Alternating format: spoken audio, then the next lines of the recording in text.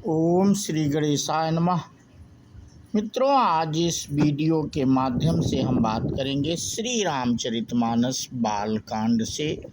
ये प्रसंग लिया है मित्रों, और इस कांड से भाग 73 आप लोगों से साझा कर चुके हैं, और आज इस वीडियो के माध्यम से भाग 74 साझा करेंगे।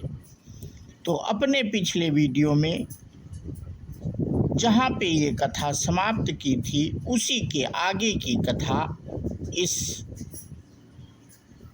वीडियो के माध्यम से आप लोगों से साझा करेंगे मित्रों।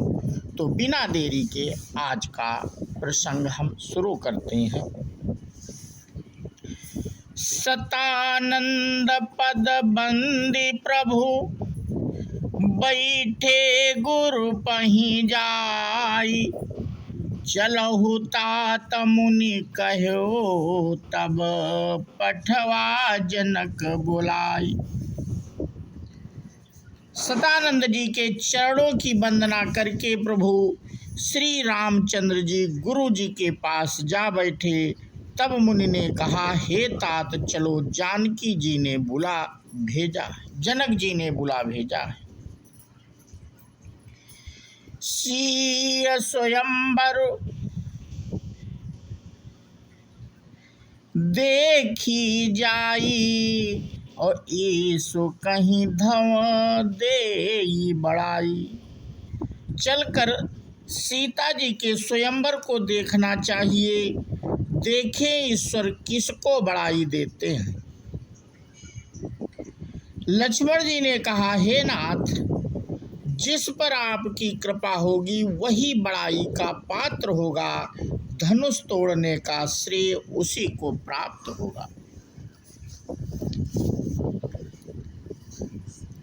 इस श्रेष्ठ वाणी को सुनकर सब मुनि प्रसन्न हुए।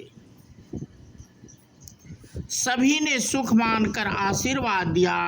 फिर मुनियों के समूह सहित कृपालु श्री रामचंद्र जी धनुष यज्ञशाला देखने चले।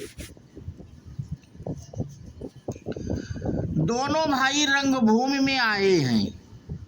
ऐसी खबर जब सब नगरवासियों ने पाई, तब बालक जवान बूढ़े स्त्री पुरुष सभी घर और कामकाज को भुलाकर चल दिए। जब जानकी जी ने देखा कि बड़ी भीड़ हो गई, जब जनक जी ने देखा बड़ी भीड़ हो गई है, तब उन्होंने सब विश्वास पात्र सेवकों को बुला लिया और कहा, तुम लोग तुरंत सब लोगों के पास जाओ और सब किसी को यथा योग्य आसन दो। कही मृदु बचन विनीत तिन्हि बैठा रे नर नारी, उत्तम माध्यम नीच लघु निज निज थल अनुहारी। उन सेवकों ने कोमल और नम्र वचन बोलकर कहकर उत्तम, मध्यम, नीच और लघु सभी श्रेणी के स्त्री पुरुषों को अपने अपने योग्य स्थान पर बैठाया। उसी समय राजकुमार राम और लक्ष्मण वहां आए। वे ऐसे सुंदर हैं मानो साक्षात मनोहरता ही उनके शरीरों पर छा रही हो। सुंदर, सांवला और गोरा उनका शरीर है। वे गुणों के समुद्र, चतुर और उत्तम वीर हैं। वे राजाओं के समाज में ऐसे सुशोभित हो रहे हैं मानो तारागणों के बीच दो पूर्ण चंद्रमा हो। जिनकी जैसी भावना थी प्रभु की मूर्ति उन्होंने वैसी ही देखी। महान रणधीर राजा लोग श्री रामचंद्र जी के रूप को ऐसा देख रहे हैं मानो स्वयं वीर रस शरीर धारण किए हुए हों। कुटिल राजा प्रभु को देखकर डर गए मानो बड़ी मूर्ति, भयानक मूर्ति।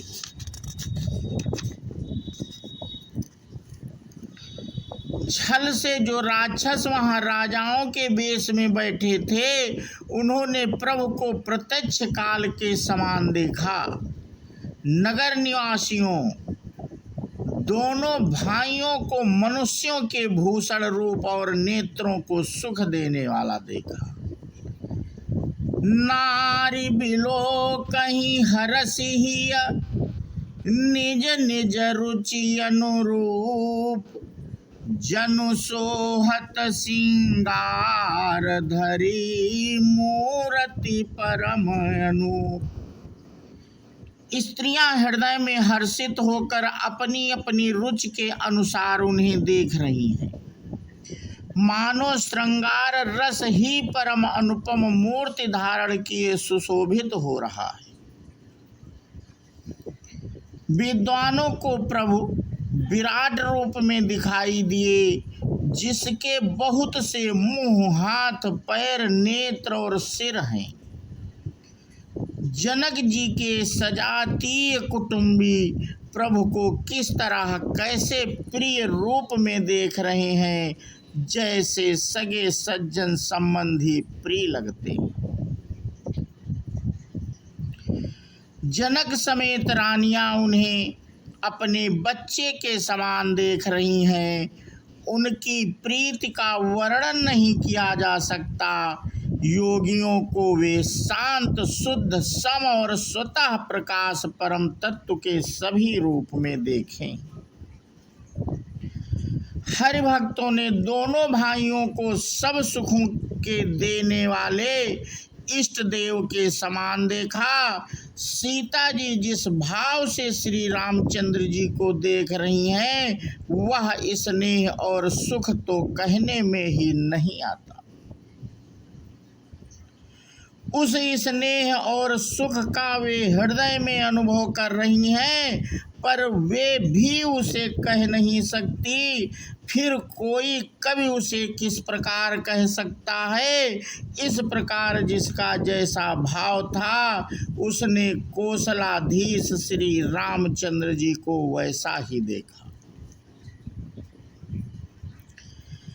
राजत राज समाज महु, कौशल राज किशोर, सुंदर श्यामल गौर तन, विश्व विलोचन चोर। सुंदर सांवले और गोरे शरीर वाले तथा विश्व भर के नेत्रों को चुराने वाले कौशलाधीश के कुमार राज समाज में इस प्रकार सुशोभित हो रहे हैं। दोनों मूर्तियां स्वभाव से ही बिना किसी बनाव श्रृंगार के मन को हरने वाली हैं। करोड़ों कामदेवों की उपमा भी उनके लिए तुच्छ है। उनके सुंदर मुख शरद पूर्णिमा की चंद्रमा की भी निंदा न करने वाले, उसे नीचा दिखाने वाले हैं, और कमल के समान नेत्र मन को बहुत ही भाते हैं। सुंदर चितवन सारे संसार के मन को हरने वाले, कामदेव के भी मन को हरने वाली है। वह हृदय को बहुत ही प्यारी लगती है, पर उसका वर्णन नहीं किया जा सकता।